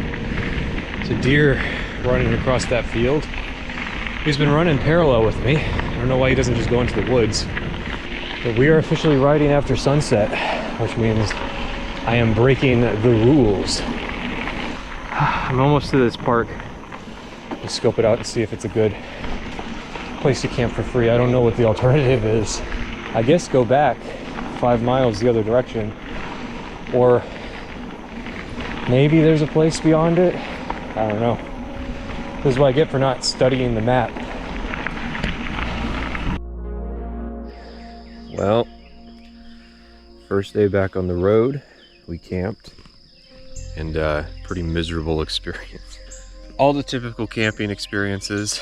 I'm sure some bikepackers are cringing that I'm camped on the side of the trail. Believe it or not, this is not the spot you're supposed to camp in, but it's right next to it. This is the Davisdale Conservation Area. It's the southeast corner of it, and they do have a picture of a primitive campsite, and it says anywhere there's a picture of a primitive campsite, you can camp. I think it's like either right over there or on the other side of that footbridge, but I'm glad I didn't camp out there, because at like 1 in the morning, there was somebody that rolled up, and they had like bright headlights, but I think I was positioned just right that they never actually knew I was here, and they were here forever. They'd occasionally turn on their engine so that their battery wouldn't die, because they were powering 5 billion lumen headlights, and then presumably air conditioning. Eventually they left, so they never bothered me, and no cyclists came by, and nobody drove down this road, in quotes. This is actually just a walking trail. Barring that, I mean, there were upsides. Fireflies are out in force, so having the fly cover off, I could see fireflies everywhere, which was cool. I packed up as fast as I could. I had to get out of there. Oh my god, it's so bad with bugs. Are these bats?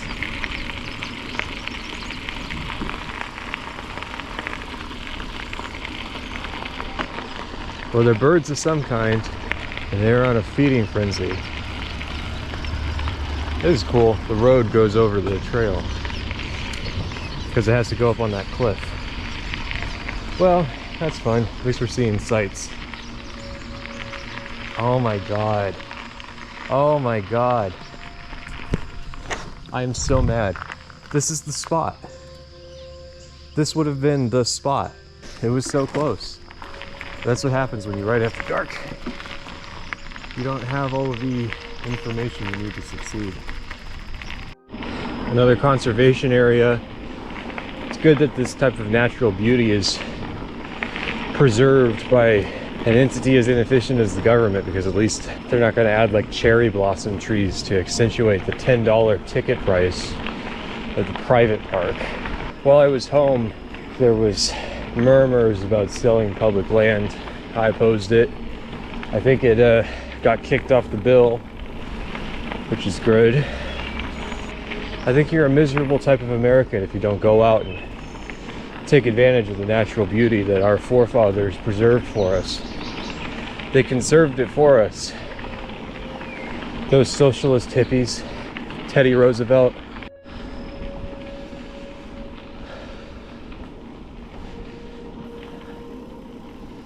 There's a branch off. No clue where that goes. Caution, falling rock.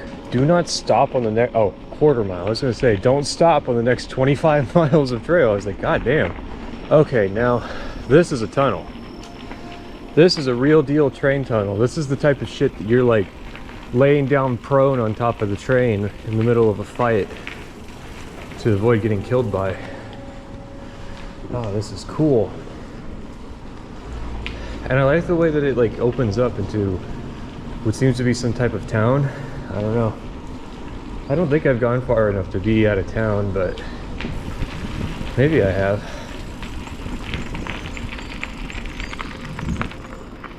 Nice little treacherous sit-down area. Welcome to Diana Bend. We're broken down. Nah, there's just nowhere to park. I didn't get a kickstand. There was part of me, I was at a bike shop that sold kickstands, and there was part of me that said, you should get a kickstand, and lo and behold, do you know what I didn't do? So this is a open sunrise to sunset. Well, the Coke prices are a bit rough. I think I can wait it out till town. But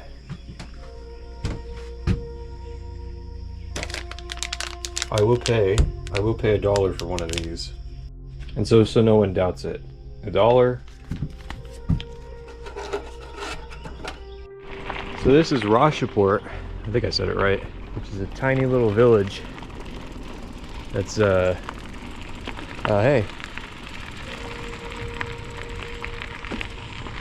Is that a very small person? Anyways, very small village here on the trail. Thought it was further than it was. But this year, it turned 200 years old. Yeah, as we go east, the places get a lot older. All the places in California were under 100 years old. And the Mormon places were like 150. Now we're getting into the 200-year range. This town has leaned very much into the fact that it's on the Katy Trail. And I suppose it makes sense. I think this is one of the success stories. And that's partially because it's so close to Jeff City and Columbia. I've noticed this spur, they have a lot more donation boxes, which there's worse things you could donate to.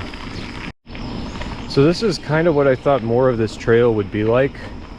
Just running parallel with the Missouri River because that's the best place to put a railroad. It's the flattest place anyways. Because we're in the St. Francis Mountains, which are identical to the Appalachian Mountains, except they're like 350 million years older. So they're much more eroded. They're not really mountains anymore. I mean, there's some pretty big elevation. Are these the, oh, that's the bridge. That's the bridge I-70 goes over. So we'll be crossing I-70 again. And from that bridge, you can see these cliffs. It looks pretty cool. I didn't know that the Katy Trail was at the base of the cliffs. This is a very cool experience. I thought the first part of the Katy Trail in western Missouri was pretty cool. This is even better. All right, I-70. I see your game. It's like a clown-sized bridge because I think it's 6 lanes. Lewis and Clark Cave. I'm guessing the name comes from the fact that they came up this river, but it's private property and apparently bats use it as a home. It's very cool though. It's really big. It's like a fucking Minecraft cave. So this is a junction. Came from Rocheport, 8 miles that way. 8 miles that way is Columbia, Missouri, which is one of the larger kind of towns in the state. It's not directly on the Katy Trail, but they do have a trail, I guess, that goes there. I'm not going that way, though. It's kind of funny, I'm one of the only people who's saying like good morning. And I understand why now, because a lot of these people are obviously cycling or riding as part of their just like morning exercise routine. And I will be honest, it is a little tiring saying good morning to so many people. There's just so many people using this trail. We got another great bridge here. I love these old strut bridges. I need to take more pictures of them because they're kind of like influencing. I love this aesthetic. I wish it was easier to do in something like Minecraft.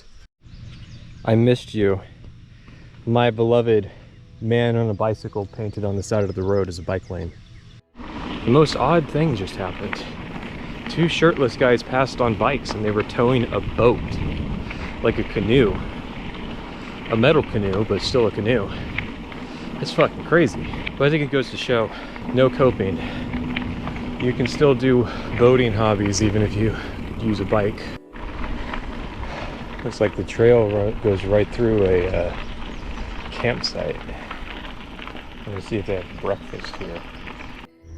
I hope that plane is coming in for landing and not crop dusting. We have another one of these shacks here. It's got some more general merchandise. I guess if you wanted to own a VHS copy of The Secret of Roan Inish, this is the hookup spot. Wilton. Tell me, Wilton, do you have a restaurant?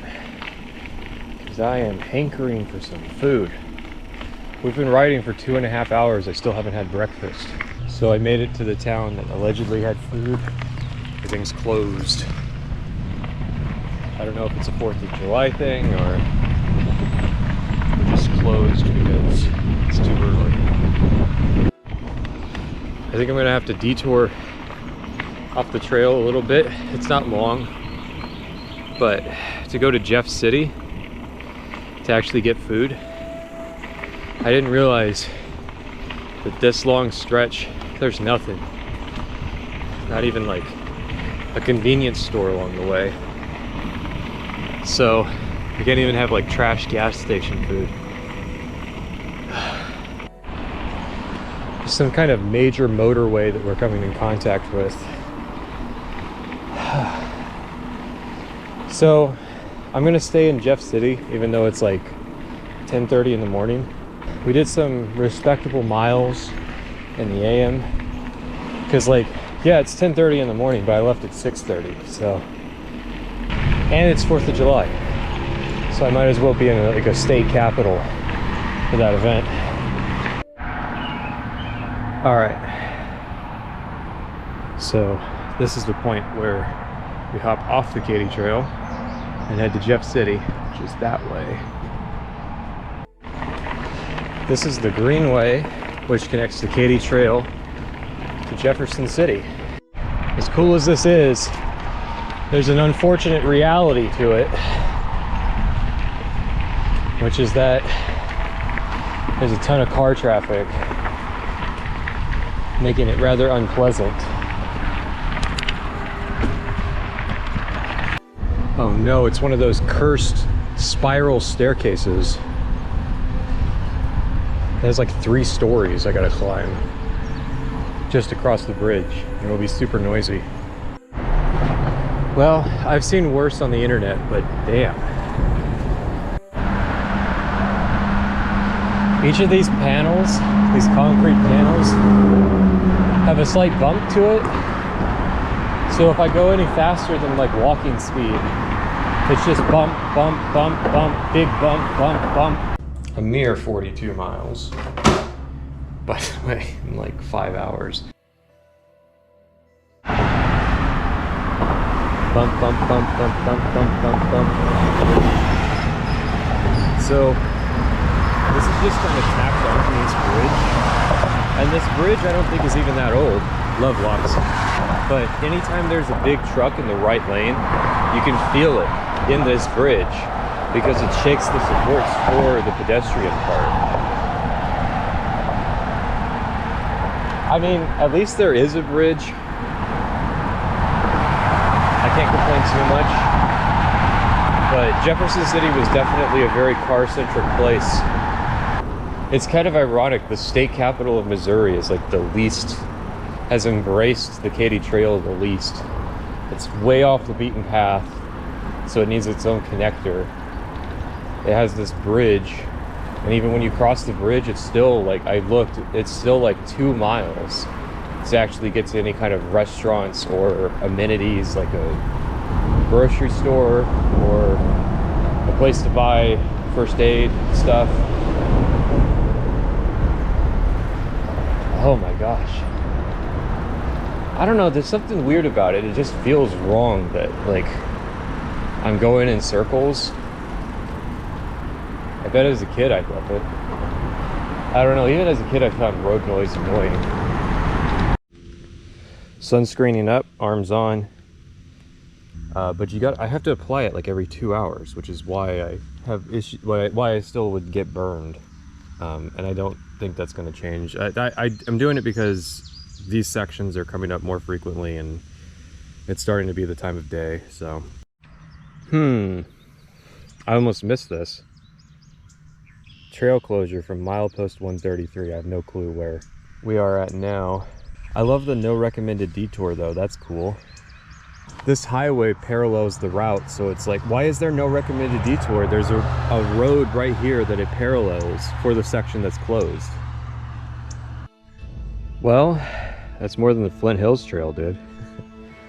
But they're really obsessed with this whole no detour thing, and it's just, it'd be a shame if I put my helmet on and looked over to the right here and saw a detour.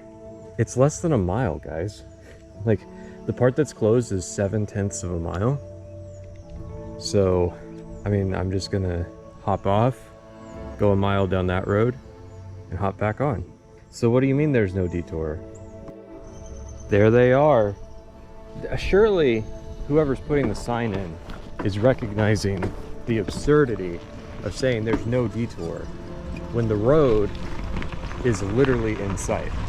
Right? Oh, but no detour, that just means there's no, you know, safe pedestrian path. Let's see. I'm laying concrete here.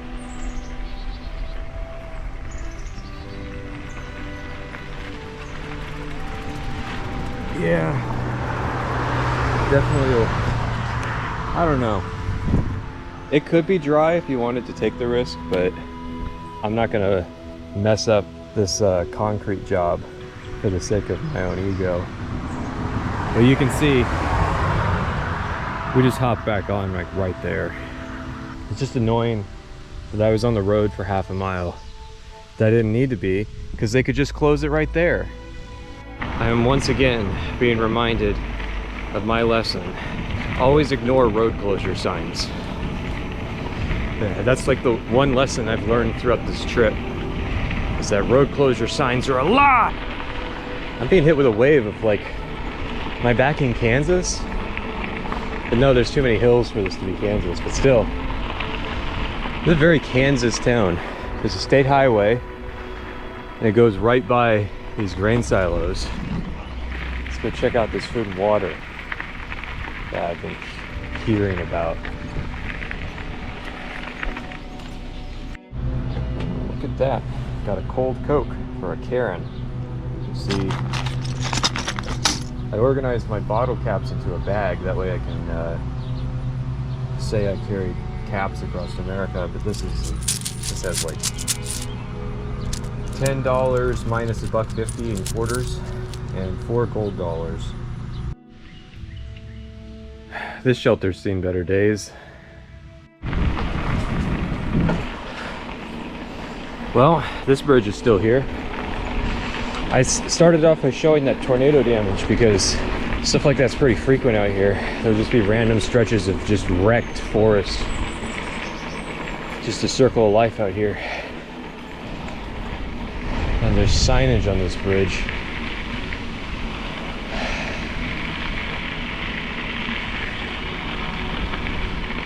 What? What bridge? What wisdom do you have to share with me? Is it don't jump off the bridge?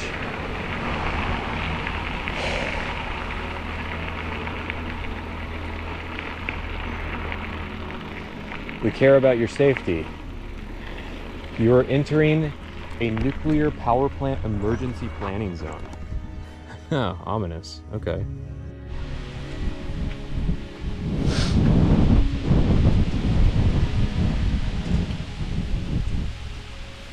Stopped here for a break.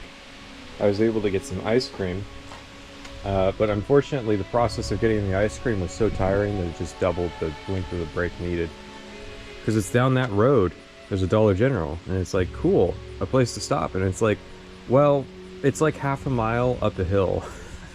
It is 87 degrees, which doesn't sound bad, but it feels like 97 because of the humidity. Oh yeah, and there's like 5% precipitation coverage for the area. Unfortunately, it's not here, and it needs to be more than that. Well, you can see where it's raining off in the distance. It's not here though. That said, there is enough cloud cover that the temperature's not too bad right now, and I don't have to wear sunglasses. Well, have to in quotes, but this isn't too bad. But you see over there, it's clear up, so it could very easily turn back into a hot mess. I don't know. I wouldn't mind some rain. Pretty big transmission lines. I have to imagine they go to that nuclear reactor that's in this area. I'm supposed to be wary of. Of course, it gets like really gloomy looking when I'm in the nuclear evacuation area. I don't know, maybe we can have our first tornado of the trip. Tornado and/or disaster. Will I rain? Won't I rain? Will I rain? Won't I rain? Nothing ever happens. Okay, so something happened. Just have to hold out hope that randomly there's going to be a bridge. All right, time to find something to lean my bike up against. You can see I'm following a line. This is a woman rode by, just plowed through the rain, which I mean, good for her. I've got to wear these clothes for the next day, so. But I took the, what is it, a poncho? I took it off because I'm gonna get drenched either way. It doesn't cover my shorts, so those are still getting wet. And it's so sweaty that my top would just be drenched with sweat anyways. So I might as well just accept the free shower with some gratitude. Bad news, I don't have fenders, which means that the trail is currently splashing back up at me. So I hope wherever I stop tonight at least has a shower. Okay, so it was cool for a second, and now there's steam everywhere. Had lunch here at the Bar and Grill here in Portland.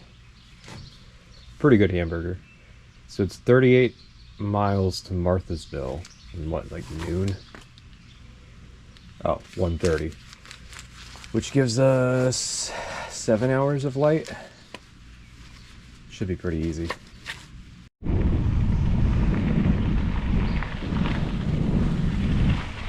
The scale of these cliffs is insane. I didn't know they went on for so long. I mean, it makes sense. You know, the Missouri River, like any other, floods. And I assume that's how they came to be. This is great. It's just, you know,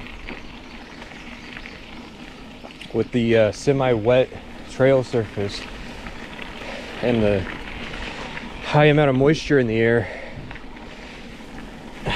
Yesterday I was doing like 14 miles an hour. Today I'm doing 10. But it's interesting, a lot of sections of the trail I would see like 10 kind of lines cut in. Now I know how that happens. I don't think I'm cutting a line in too. So it's me and that woman that rode by. I'm marking the trail. And this whole time we're right on the Missouri River, which is pretty cool. It's like a wall of white. Supposedly in 15 miles, as of the last time I left, so not been watching the speedometer. We're coming up on a town called Herman, which is like a German wine town. So I'll make sure not to tell any jokes while I'm there. Yeah, I think a lot of people who ride this trail don't do it justice for how cool it is. It can't be understated. And I don't know if the footage will do it justice, but the Missouri River is huge. And it goes on forever. We've been following it forever. And what's bad is this isn't even the biggest river in Missouri. Woohoo! You can see the dry bag wasn't just for the rain. The threats from the underside too. Everything I own is caked in the trail. So there's a alarm system. They're not just for tornadoes out here, they're also for the nuclear evacuation area. They said they run drills the first Tuesday of the month. So unfortunately, we will not be getting to hear that. Not that I would want to be right here during such a drill. This is Steamboat Junction, which is one of the places that you can stop the camp. Too early for that. So on we go through Grand Bluffs Conservation Area. Everybody over there is going through it, but they're on the different biome. Oh shit, guest house. I've been looking at guest house prices in this area, and it is like legitimately insane, right? But yeah, so it's like there's a weird disparity where it's like you could pay $5 to $10 to camp. You could find one of the few free campsites, or you can pay $500 to stay in this bougie bed and breakfast. There needs to be more just like bunkhouses along this trail. That's what I want. I want a cheap bunkhouse that's at most 20 bucks that has a bed and air conditioning. Nothing else. I don't need Wi-Fi. I don't need a refrigerator. I don't even need a microwave. Just a bed and air conditioning. I'll figure out the rest myself. Snake. Looked like a dangerous one. I just realized this is the first time in a while I've been in such an open area that like headwinds and tailwinds matter. Right now we got a crosswind, so that's annoying. But yeah, I've been in like shaded tree cover for so long that these jaunts out in the open fields are like, oh yeah, wind exists. It's a pain in the ass. We're riding the edge of the storm, so it is raining, but not a lot. It's raining just the right amount because I'm wet, but it's hot enough that I'm like drying off instantly. And I'm just, it's refreshing. It's the right amount of rain. I'm like one of those fucking cabbages at the supermarket. I'm being followed by thunderous weather. I gotta keep going. I gotta outrun it.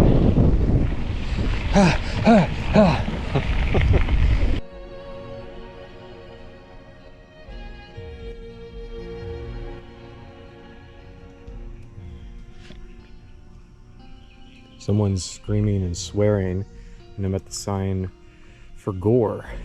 I don't know if I want to keep going this way. Oh shit, wait, I'm being chased by a storm. All right, well, I guess we're blitzing our way through the town of Gore. Today has been brutal, I don't know if you can tell.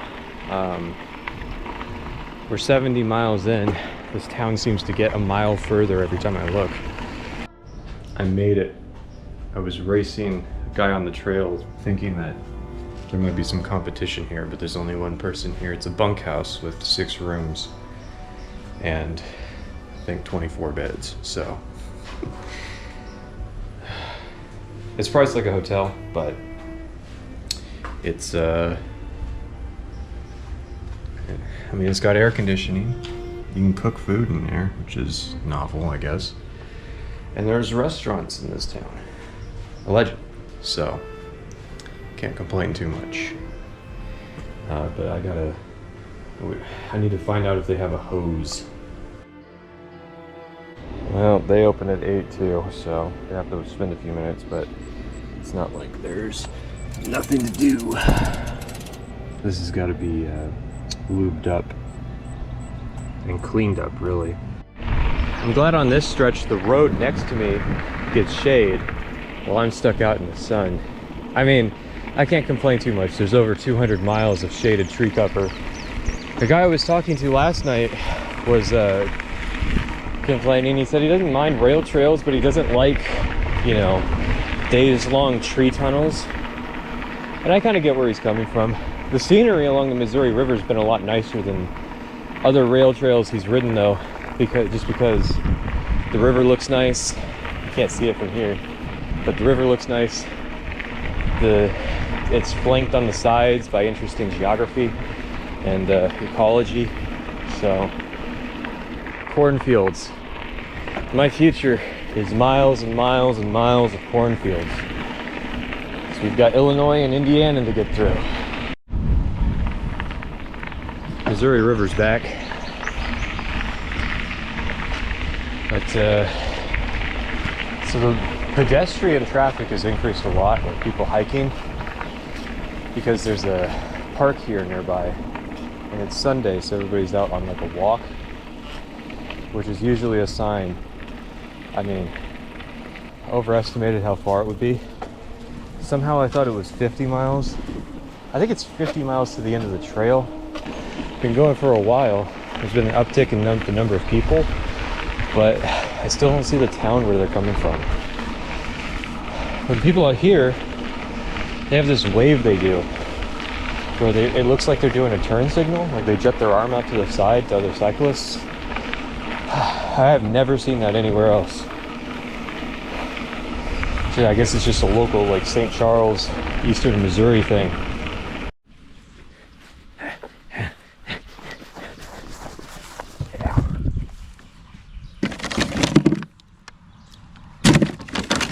Not that cool, but nice. So the gravel's a lot looser here, so the road bikes are having difficulty getting through it, which is interesting because we're so close to the end. All right, we're in civilization. Time to scare up some fast food. I need some slop. I can't believe I made it here. St. Charles. Now I just gotta find a place to stay, because apparently I think hotels are better in Missouri than Illinois because there's so many more on this side of the river. So I suspect I need to stay on this side. So I spent the night here in St. Charles. We're nearing the end of the Katy Trail. But St. Charles is a pretty cool town. I've been looking at all like nice brick buildings and stuff, and been very impressed. But when you're in the end of the Katy Trail, now that doesn't mean the end of trails. There's a small little thing in Illinois we can ride, and I mean the end of it's like 60 miles from here. So we've got a day ahead of us. But sadly, it's one of those, I'm worried about it because after my experience with the Flint Hills Trail, you know, you can't just take for granted that a trail is going to take you somewhere useful. Trail users stay left. Excuse you? Where? Your sign's like at the very edge.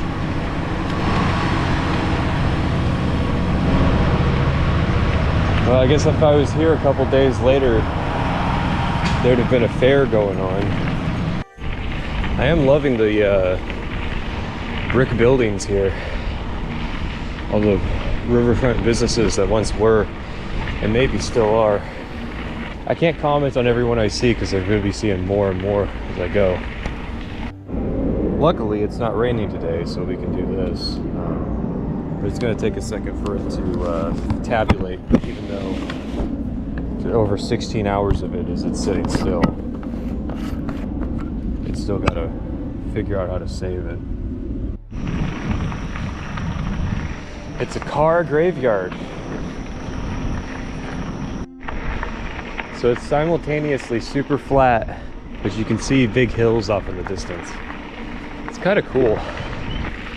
I couldn't get the Garmin to save the route, so I was hoping to find a place to stop so I could let it rest for like 10 minutes.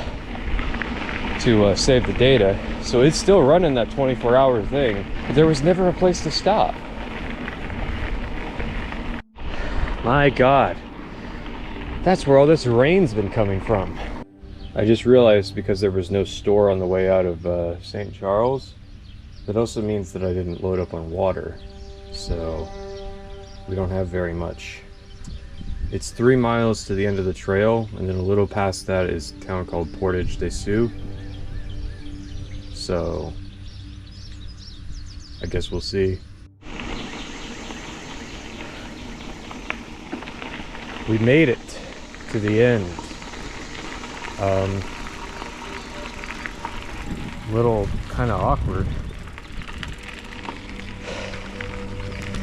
You would think like the end of the Katy Trail would be like the biggest, you know, place to celebrate. It's weird that like, why is it connected by this single track through the brush? Oh God, why? Why? Fuck.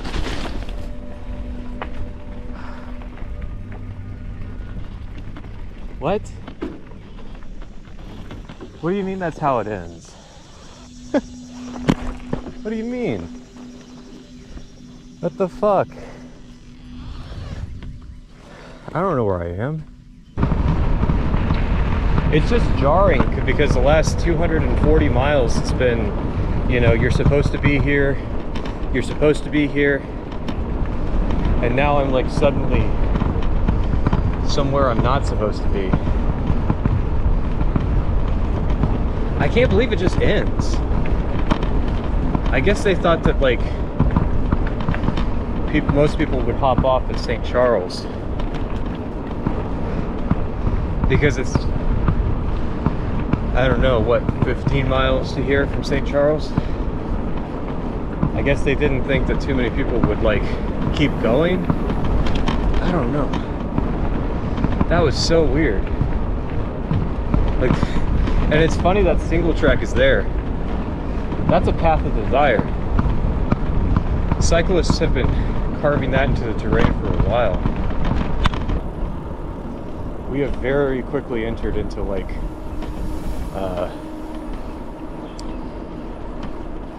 let's just say hostility, hostile planning.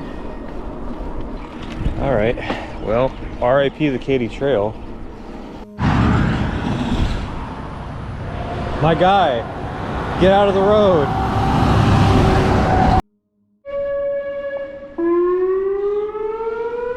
What in the fuck?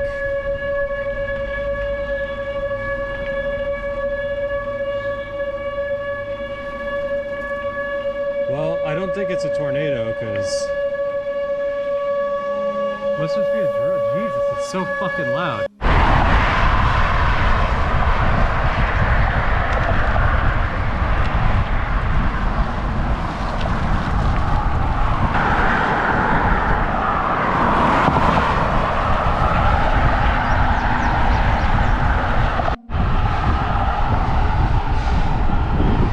Traveling with a couple people.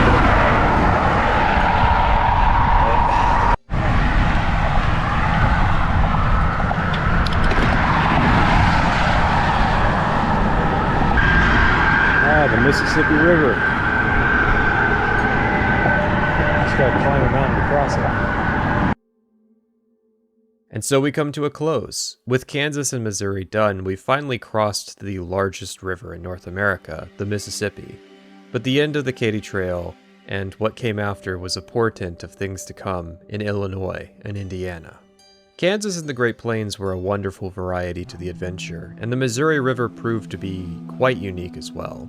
The people were friendly and trusting, not too caught up in the hubbub of modern online life. I can easily recommend anyone looking to adventure for a week to try the Katy Trail. It's basically an end-to-end route between St. Louis and Kansas City, making it easy to plan trips. The trail and towns are just rural enough to allow you to get lost in nature, with urban connections to let you experience the local culture as frequently as you wish. And the lack of car traffic was a welcome reprieve. But going forward, we're entering a much older and more populous part of America. Thanks for watching. The charity drive continues, so as always, donations are appreciated, as are algorithms used, such as likes, comments, and shares.